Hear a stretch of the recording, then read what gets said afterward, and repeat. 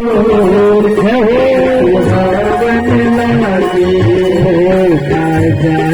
बाजे धन घोर सुहावन लागे नान गरिया भरल से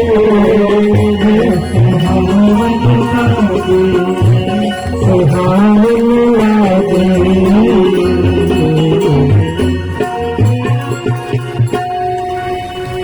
मिथिला दरिया भैल खुद सुहावन लागे।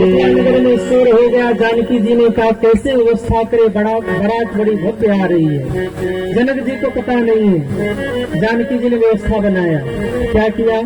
रिद्धि सिद्धि को बुलाया और कहा जहाँ जहाँ बारात लग रही है, झुक रही है ना, शाम के समय वहाँ जाके सुंदर व्यवस्था कर दीजिए और एक बड़ा सा बोर्ड लगा दीजिए, जनक जी द्वारा निर्मित शिविर अवधवासियों के सेवा में समर्पित।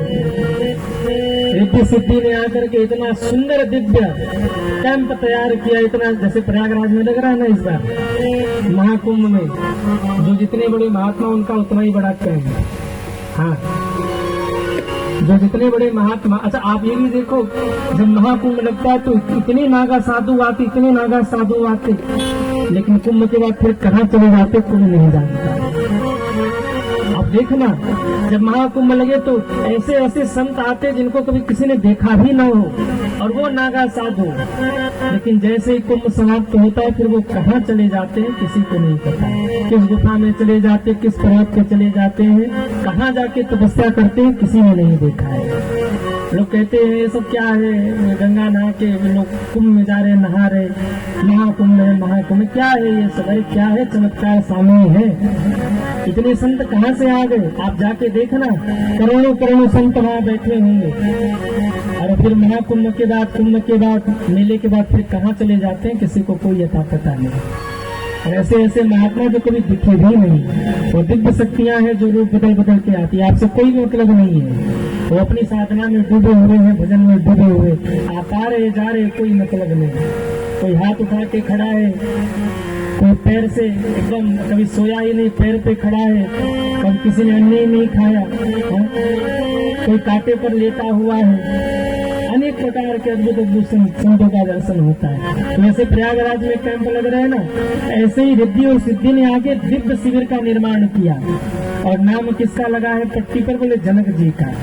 और वासी शाम को रुकते हैं और जब सुबह उठते हैं तो कहते भैया इतनी सुंदर व्यवस्था जनक जी ने की है। जब मार्ग में इतनी सुंदर व्यवस्था है तो जनकपुर जाने के बाद कैसी व्यवस्था होगी। सब जनक जी की प्रशंसा करते हैं।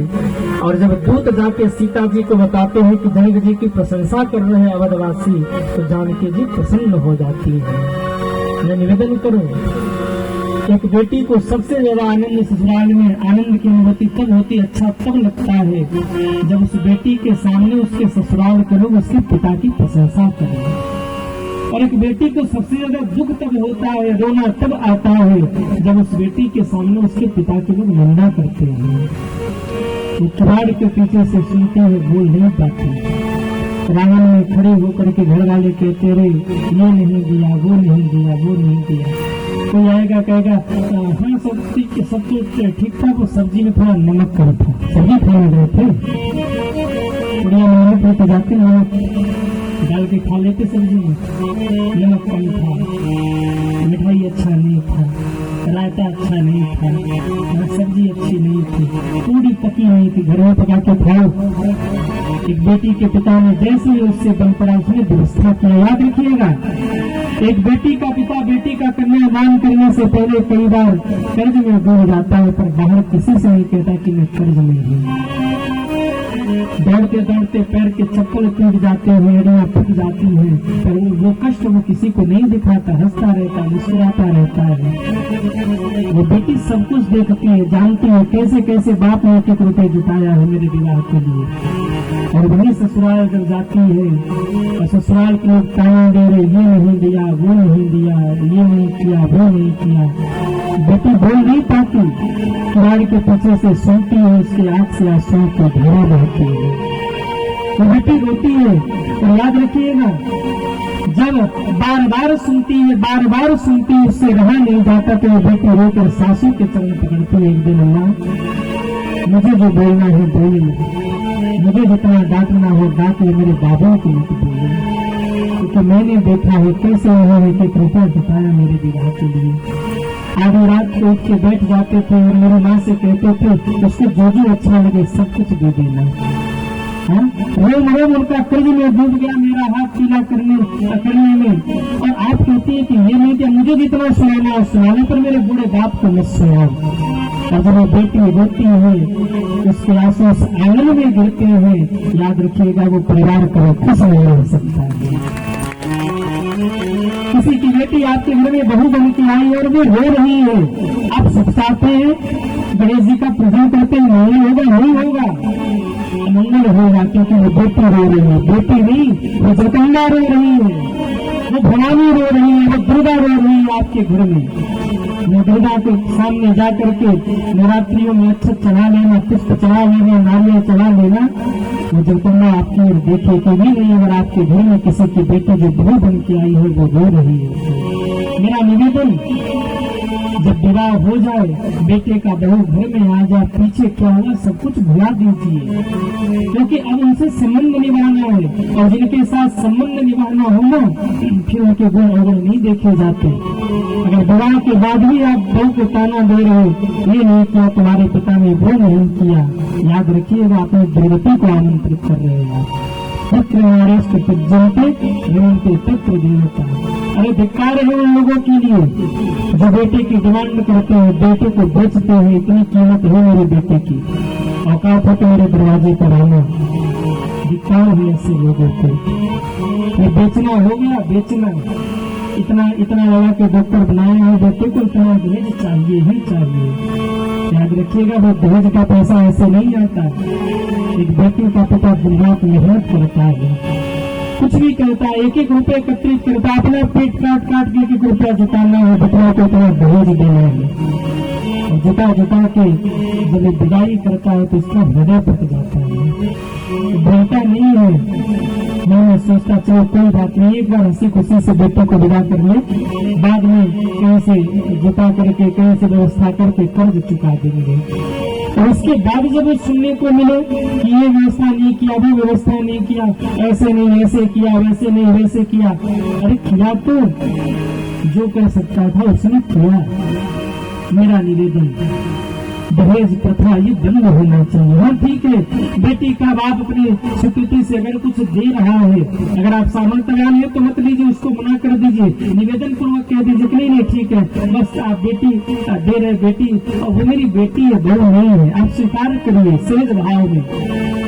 और वो जो कुछ दे रहा है उसको लौटा दीजिए। फिर भी अगर वो न माने, भाव से दे दे तो कोई बात नहीं, पर आप उसके सामने डिमांड मत रखिए इतना चाहिए ही चाहिए। इतना होगा तो रिश्ता बनेगा, इतना नहीं होगा तो रिश्ता नहीं बनेगा। और फिर चाहते कि बहू आके सेवा करे, गला दबाएगी, सेवा करेगी। क्यों? बेटी तो लेके आए नहीं, बेटे को पहले ही बेच दिया, इतना कीमत है मेरे बेटे का, 25 लाख का दहेज तो 25 लाख में बेच दिया बेटे को। अब मेरे चाहते लोग बहू आके सेवा करेगी तो कहेगी 25 लाख लेके आओ, मैं चाय पिलाओ, हम बैठ रहे तुम बना के ले। याद रखिए कभी दहेज की, अच्छा कितने लोगों को लगता है दहेज प्रथा बंद होनी चाहिए? पड़ोसी की बात आए तो बंद होनी चाहिए, और अपनी बात आए तो अब चलो चली जाएगा, कोई दिक्कत नहीं, और वो दे ही रहे तो ले लेते हैं। अब धीरे से पीछे से हुआ से खिसका देंगे, देखो भाई कह देना कि ये व्यवस्था करके रखें, शर्म आनी चाहिए। दूल्हा जब विवाह करने जाता है तो उसको दूल्हे राजा कहा जाता है। क्या कहा जाता है? कहिए। लेकिन वहीं जाकर जब भीख मांगे ना तो राजा से भिखारी बन जाता है। कमा के नहीं खा सकते, ये चाहिए वो चाहिए, कमा के खाओ। डिमांड क्यों करते हो, मांगते क्यों हो? याद रखिएगा एक बेटी का बाप कैसे कैसे व्यवस्था करता है, कभी उसको ताना मत दीजिए, कभी उसको व्यंग मत करिए, वो अपने दुर्भाग्य को आमंत्रित कर रहे हैं। जानकी जब सुनती है कि मेरे पिता की प्रशंसा हो रही है, गदगद हो जाती है, भावुक हो जाती है। धन्य है आदिवासी जो मेरे पिताजी की इतनी प्रशंसा करते हैं। वाह, जानकी जी गदगद हो रही हैं। बारात चलते चलते अवध में पहुंची। जनक जी ने भव्य स्वागत किया है बारात का। बारात को जन्माशय में ठहराया गया। अब तो जनकपुर में हल्ला हो गया कि जैसे राम लक्ष्मण थे वैसे दो राजकुमार और आए हैं। बड़े वाले का नाम है भरत, छोटे वाले का नाम है शत्रुघ्न। चारों ओर हल्ला हो गया, सब आनंदित है, प्रसन्न है। ब्रह्मा जी ने एक लग्न मुहूर्त निकाल करके नारद जी के द्वारा भिजवाया है। जब नारद जी लग्न मुहूर्त लेके आए, जनक जी ने लग्न मुहूर्त लेकर के देखा है। संयोग से जो लग्न मुहूर्त ब्रह्मा जी ने निकलवा कर भेजा था वही लग्न मुहूर्त जनक जी के ब्राह्मणों ने भी निकाल करके रखा। जनक जी तो आनंदित हो गए। वाह, हमारे यहाँ के पंडित जी लोग ब्रह्मा जी से कम थोड़ी है। जैसे जो मुहूर्त ब्रह्मा जी ने निकाला था वही हमारे ब्राह्मणों ने भी निकाला। गोस्वामी जी कहते फिर तो मंगल मूल लगन दिन आया, दिन ऋतु अगहन मास सुहावा। अगहन का महीना आया, पंचमी की तिथि है। आज मेरे राम जी का विवाह होने वाला है।